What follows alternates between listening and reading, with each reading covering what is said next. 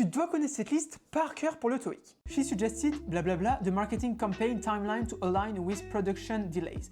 Reschedule, rescheduled, to reschedule ou rescheduling. Alors ça c'est une question, c'est un petit peu du par cœur. En fait, il faut que tu repères qu'on a le verbe suggested ici, suivi d'un autre verbe. Et ensuite, il faut que tu te rappelles qu'après le verbe suggest, on a un gérondif. Un gérondif, qu'est-ce que c'est? C'est juste un verbe avec ing à la fin. Donc ici, le seul gérondif qu'on a, c'est rescheduling.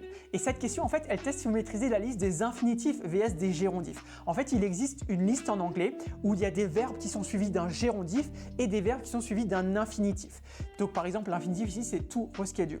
Et suggested, ça fait partie des listes des verbes suivis d'un gérondif. Donc la seule réponse correcte ici, c'est rescheduling pour cette raison-là.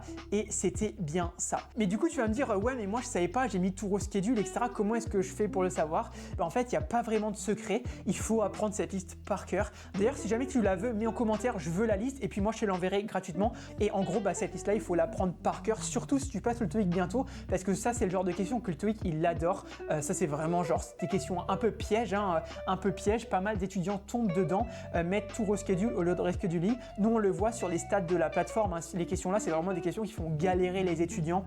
Donc voilà, n'hésite pas à aller l'apprendre parce que c'est vraiment important pour le TOEIC. Et puis si jamais tu veux t'entraîner sur ces questions-là, n'hésite pas à aller sur la plateforme topstudents.com. Donc c'est www.top-students.com dans ton navigateur ou Top Students TOEIC sur Google. Tu verras, il y a une version gratuite où tu peux déjà t'entraîner à des questions comme ça tous les jours, t'entraîner pour le TOEIC. Et puis si jamais ça t'intéresse, il y a une version aussi premium avec beaucoup plus de fonctionnalités. Et par exemple, il y a un mini-jeu gérondif vs infinitif. Et en gros, dans ce mini-jeu-là, en fait, ça va te proposer des verbes et tu vas devoir répondre instantanément si c'est suivi d'un gérondif ou d'un infinitif. Et ça te permet vraiment de créer des réflexes ultra rapidement et vraiment pour pouvoir être prêt le jour du TOEIC et ne pas hésiter et ne pas douter sur ce genre de questions. Et en plus, y répondre en moins de 2 secondes.